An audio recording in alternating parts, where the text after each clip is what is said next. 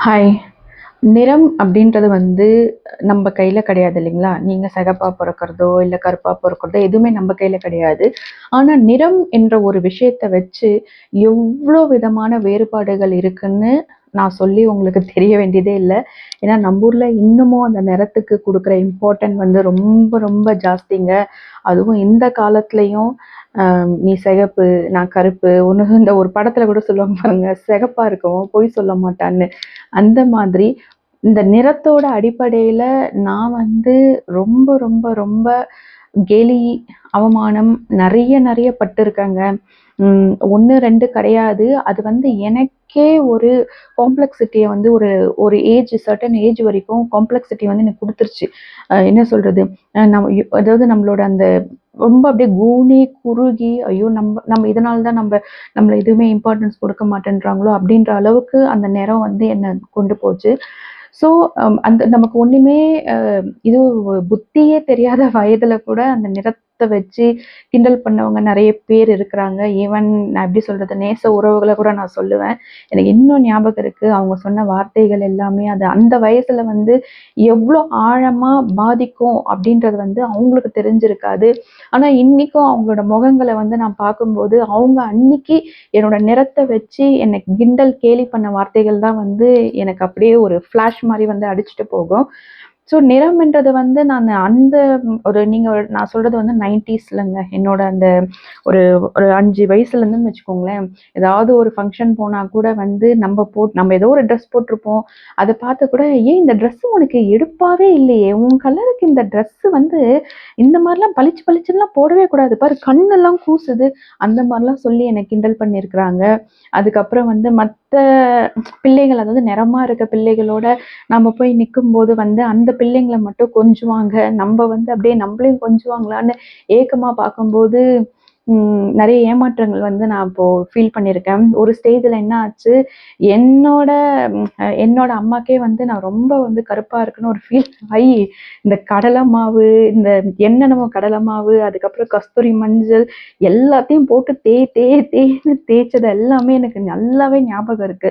But இருந்தாலும் இந்த நிறம்ன்றது வந்து நான் எனக்கு குடுத்தது யார் இந்த நிறத்த? அது என்னோட பேரண்ட்ஸோட ஜீன், இல்ல என்னோட முன்னோர்களோட ஜீன். இந்த நிறத்த வந்து நான் வந்து கேட்டு வாங்கல. இது கடவுளால என்னோட உடல் அமைப்புக்கு என்னோட முன்னோர்களோட ஜீனால வந்தது. இது வந்து நான் கருப்பா பொறந்ததுக்கு வந்து எதுக்கு வந்து என்ன வந்து இப்படி அவமானப்படுத்துறீங்கன்னு கேட்கிற அந்த புத்தி வந்து அப்ப இல்ல. பட் இப்ப யாருன்னா வந்து என் நிறத்த வச்சு என்ன ஏதாவது சொன்னாங்கன்னா, அதாவது என்னோட அந்த எதிர்ப்பு வந்து வேற லெவல்ல இருக்கும். அது நெறைய பேர் வந்து பார்த்துருக்குறாங்க.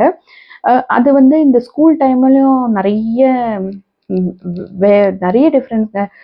நம்ம என்னதான் நல்லா படிச்சாலும், இந்த ஆனுவல் டேலலாம் நல்லா குதிச்சு குதிச்சு அழகா ஆடுனா கூட, நல்ல நிறமான பிள்ளைங்கள அப்படியே ஃப்ரண்ட்ல நிக்க வச்சுட்டு, நம்மள அப்படியே பேக்ல தள்ளிடுவாங்க. எனக்கா நானும் முன்னாடி முன்னாடி போயிட்டு போயிட்டு நிக்கிறதுக்கு ட்ரை பண்ணுவேன். டீச்சர் அங்கருந்து கண்ண காமிச்சு, அப்படின்னுவாங்க. பட் எல்லா டீச்சரையும் நான் சொல்லல. ஒரு சில டீச்சர் வந்து அந்த விதத்துல ஹர்ட் பண்ணியிருக்காங்க. பட் ஒரு சில டீச்சர்ஸ் வந்து என்ன அப்படியே தங்க தாம்பாளத்துல தாங்குனவங்க எவ்ளோ பேரு. நான் நல்லா படிக்கிற புள்ள, நீ நல்லா படிக்கணும், நீ நல்லா வரணும். அப்ப அவங்க கிட்ட வந்து இந்த மாரி நான் அந்த நிறத்த பத்தி நான் அவங்ககிட்ட ஓப்பனா சொல்லும்போது, பிள்ள என்ன நீ பேசுற? இது கடவுள் குடுத்தது பிள்ள. இத நினைச்சு நீ பெருமைப்படணும்." அப்படின்னு அவங்க எனக்கு சொன்ன உதாரணம்லாம் வந்து எவ்வளவோ பேரு. அந்த மாரி ஒரு சில நல்ல நல்ல டீச்சர்ஸும் எனக்கு பிளெஸ்ஸிங்கா கிடைச்சாங்க. ஸோ அந்த நிறத்தால நான் பட்ட அவமானங்கள் வந்து பல பேர்லாம் சொல்லுவாங்க இல்லையா? கரப்பி, கரிவண்டு இதெல்லாம் வந்து காதுல கேட்டு கேட்டு நான் கூனி குறுகி அழுத நாட்கள்லாம் நெறைய இருக்குங்க. அதுக்கப்புறம் இந்த நிறம்ன்றது வந்து காலேஜ்ல ஐய்யய்யோ! நான் சொல்ல விரும்பல. அது வேற மாரி இருந்தது இன்னும். அப்புறம் கல்யாணம் அப்படின்ற வரும்போது ஏகப்பட்ட ரிஜெக்ஷன்ஸ். ஏன்னா வந்து பொண்ணு கருப்பா இருக்கு.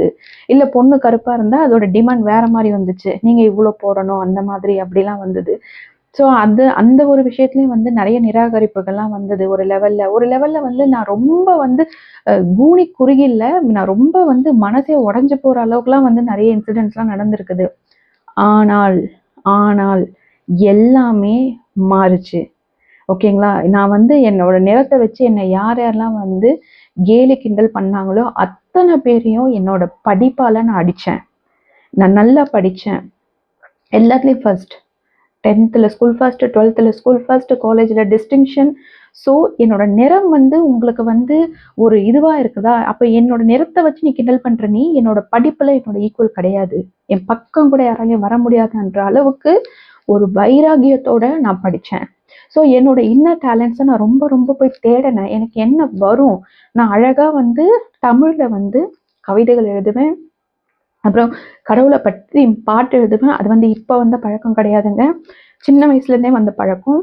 அதுக்கு முக்கியமான காரணம் என்னோட 4 ஃப்ரெண்ட்ஸ், 4 கண்மணிகள்.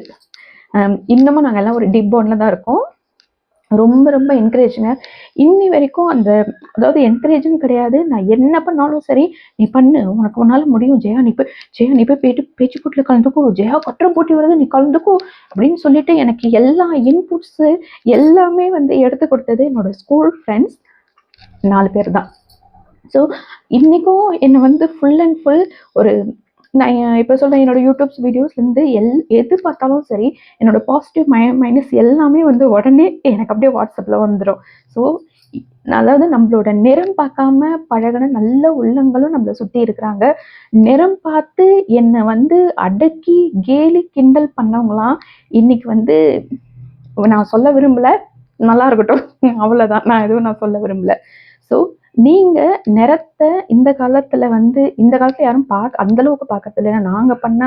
நாங்களாம் அந்த ஃபேஸ் பண்ண அளவுக்கு அந்த டிஸ்கிரிமினேஷன்லாம் இப்போ அந்தளவுக்கு இல்லை. ஏன்னா எவ்வளோ காலம் மாறிடுச்சு, டிஜிட்டல் யுகம் எல்லாமே வந்துடுச்சு இல்லைங்களா? நான் இதையே நான் சொல்ல வரேன்னா, ஒரு சிலர் இன்னமும் வந்து ஐயோ நான் கருப்பாக இருக்கேன், ஐயோ நான் குண்டாக இருக்கேன், ஐயோ நான் அழகாக இல்லை, நினைக்காதீங்க. சல்லி பைசாக்கு பிரயோஜனம் கிடையாது. அப்படி நீங்கள் நினச்சிங்கன்னா உங்களை நீங்களே தாழ்த்திக்கிட்டு வாழ்க்கையில் வந்து முன்னாடி வராமல் பின்னாடி நோக்கி போயிட்டுருக்கீங்க அப்படின்றது மட்டும் ஞாபகம் வச்சுக்கோங்க.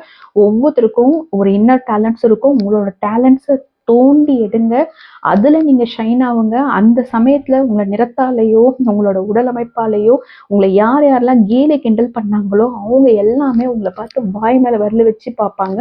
அந்த அளவுக்கு கண்டிப்பாக உங்களால் முன்னேற முடியும். ஸோ நிறம், இப்போது நான் சொல்கிறேன், இந்த நிறம் தான் என்னோட அடையாளம்.